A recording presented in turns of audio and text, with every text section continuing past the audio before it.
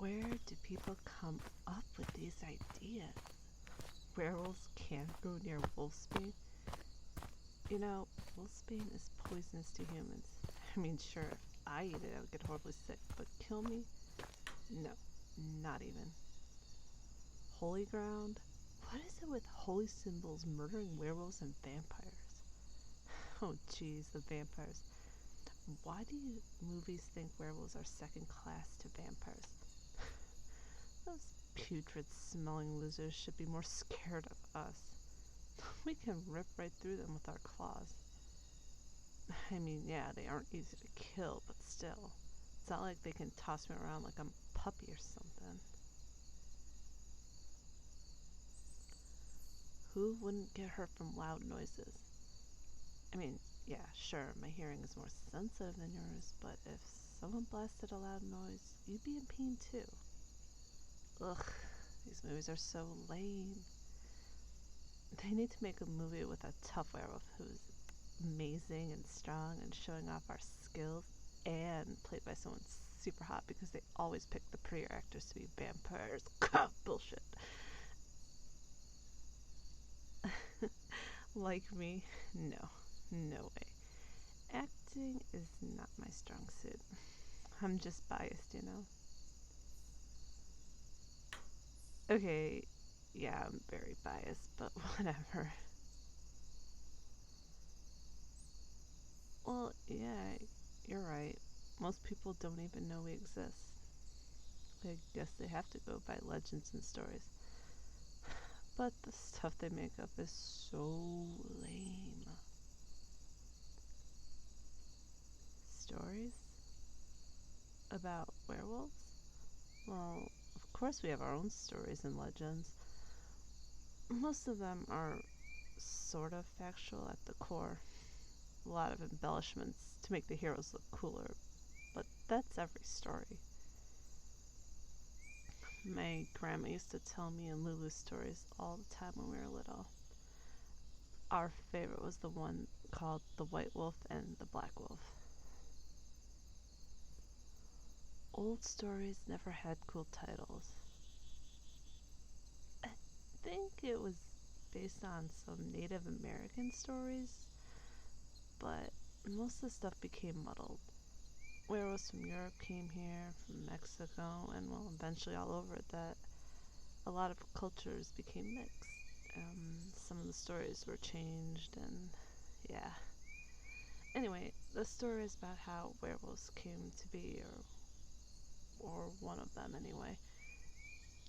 There's a bunch of them, to be honest. Everyone has their own how werewolves came to be stories, but me and Lulu like this one the best. It was the story of the human man and his lady. The man was named Little Wolf, and the lady was Forest Blossom. No, that wasn't their real names. I don't remember the real names. I couldn't pronounce them, so Grandma just told us what they meant. Although, I think someone probably changed the names just to make the story sound cooler. What would be the odds of someone's name being Little Wolf in a story about werewolves? Regardless, the two were supposed to be married under the full moon, and both were deeply in love. Yet there was this another guy who was totally jealous and wanted the woman for himself. Grandma called him Obsidian Shadow. Okay, yeah, the name is kind of lame, but whatever, just shut up and listen. So, the night of the full moon, right before the wedding, Little Wolf was lured out by Obsidian Shadow into the forest. Obsidian attacked Little Wolf and left him for dead. But Little Wolf didn't die, but he was badly hurt. He tried to crawl his way back to his home and his beloved Forest Blossom, but he was fading fast. He collapsed in a clearing when he heard a wolf howling. He looked up and found a wolf of pure white like snow that was crying.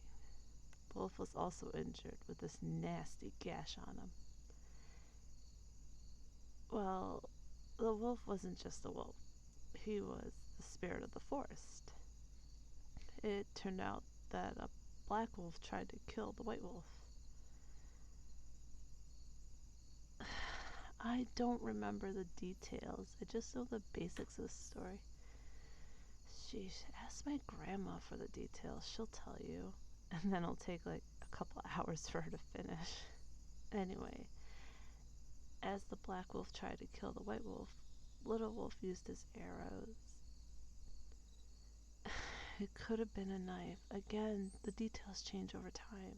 Just be quiet and let me tell the story.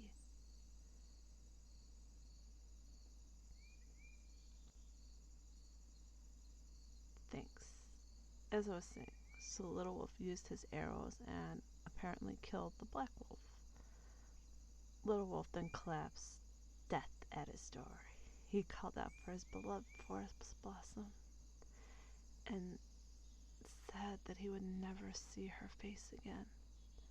But the spirit of the forest, the white wolf, took pity on him. The spirit of the forest gave Little Wolf a choice: to die or die trying. The spirit would give up its wolf form and bond with Little Wolf, changing him forever. Little Wolf would die, or well, he could die. But it better he died trying to live versus giving up, right? The only thing is, Little Wolf had to survive becoming a wolf himself. He agreed, and so the spirit and the wolf were both bonded together. And it hurt like crazy, and Little Wolf thought he was going to die, but his body contorted, his bones shifted, and he became a wolf. Yeah, the story just explains, a lot of how wolves, or werewolves I should say, transform and how it's painful. And I mean, you see me, it really does hurt. I'm just used to it, so it's not really that bad of a thing. Anyway, so Little Wolf, now Wolf, ran back to where he was to marry his, beloved Blossom.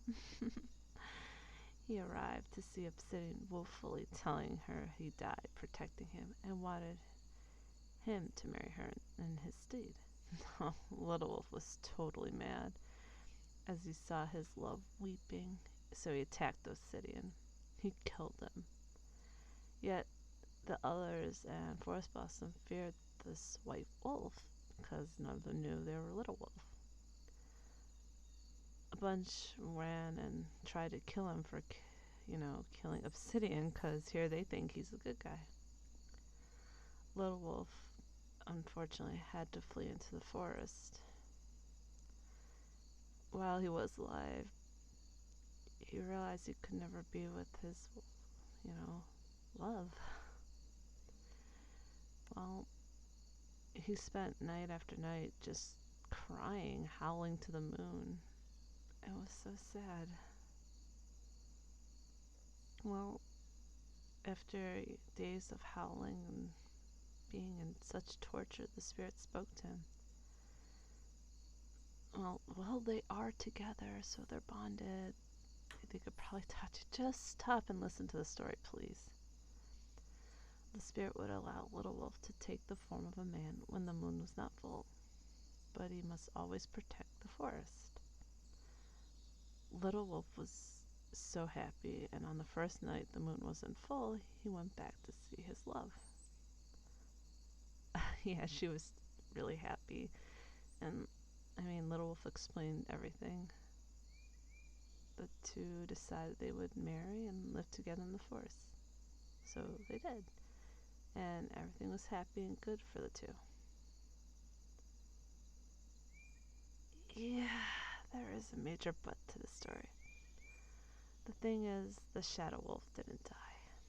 The wolf was a spirit of vengeance, and he wanted the mantle of the forest. He wanted to be the forest spirit, take over the throne, the power, whatever. Well, since the Shadow Wolf was weak, he found Obsidian's dead body. The shadow wolf bonded with the body of Obsidian, and what became was a vengeful wolf as the soul of Obsidian was dragged back from the land of the dead and became twisted and evil. More evil than he was. I mean, you take someone bad and jealous, and then you just make them 10 times worse.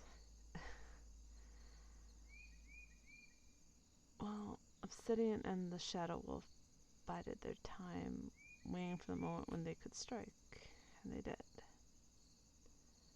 They killed Forest Blossom for revenge, and Little Wolf was left with great sadness. The two wolves then would forever be intertwined in battle, because I guess it's just part of the story, but one would best the other would best the other in another fight, and it became, yeah. Well, anyway, before Forest Blossom died, she did give Little Wolf 2 children, twins. Haha, it's always twins, right? And the thing is, they're both born with the ability to become wolves themselves. And his children will be leaders of werewolf packs for years, and their children, and then their children, and so on and so forth. Isn't that a cool story? Well, you know how he was pure white? Well, his children, or so the story goes, had fur of mixed color. You've seen my fur before. I'm black and white, typical wolf looking. But those who aren't born, those who are converted, they always have a solid color fur. I mean, sure, the story has tons of plot holes and all, but I can't remember all the details like Grandma or my great-grandma. But like all the old stories, they get lost in translation. Well, any wolf pack from any country or region has their own tale, but they are kind of similar. Hey, thanks for coming out with me today. It's been a while since we really got to hang out outside of school and all. Things are fine, I guess. Being a leader of a pack is a pain. It's a lot of listening to others complain and solving their problems, making rounds, blah, blah, blah. Grandpa's teaching me about all the stuff I need to do. Dad's working me hard too. Eventually he's going to pass leadership over to me once I get the hang of being the leader of Rivermoon. And then I'll unite the packs and we'll be one big happy family. Well, actually since Cass died, both packs have gotten along pretty well. We used to be on edge with one another. Grandpa was always giving Dad a hard time. Ryan would antagonize my pack, and so on. My pack would just be mean back. It's just sad that him dying would bring us all together. Nah, I'm fine. I mean, it still hurts, but I'd rather talk about it than keeping it all in. Everyone else is always careful not to talk about Cass, and it's as if they see me and they are talking about him, they change the subject. It's frustrating. It's like they think I'm gonna fall apart, but I won't. I can't, you know. Cass wouldn't want to see me be depressed. Hell, he worked so hard to make me happy. If I went all emotional, he'd probably scold me. Uh-huh. My necklace? Oh, I got the chain a couple weeks ago. I keep fiddling with it. Nervous tick, I guess. The charm? Oh, it's not a charm. Don't tell anyone this, but it's the engagement ring Cass was going to give me. I know it's silly, but it makes me feel better. When I stress out, having this with me, it's like he's there. If everyone knew. I just don't want them to think I can't handle being a leader. Castles are natural, you know. Hell, Gramps couldn't wait until we got married. He was the son he never had.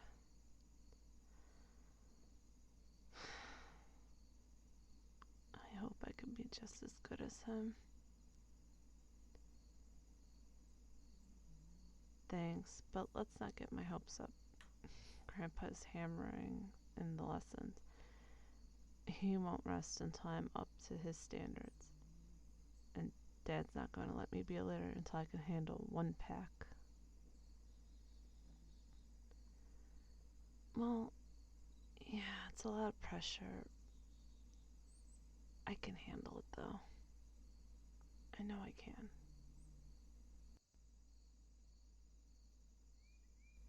Aries! Ah! Lulu, what are you doing here? Dad's been howling for you. When you didn't answer, he sent me to come get you. I told Dad I was going to the movies. How was I supposed to hear him with the surround sound? Who cares? Dad needed to come home now. Why? It's important.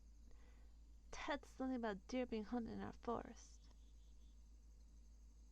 So what? Hunters come through all the time. Not hunters. Another pack. What? Okay.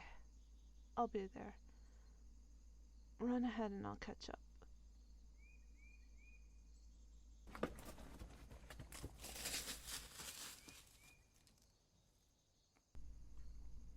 Sorry. I have to get home. I hope everything is alright.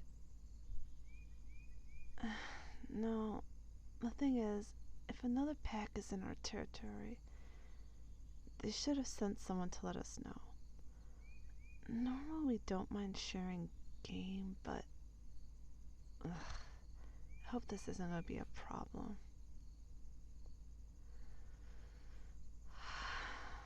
So much for a day off. Don't worry. I'll see you later, okay?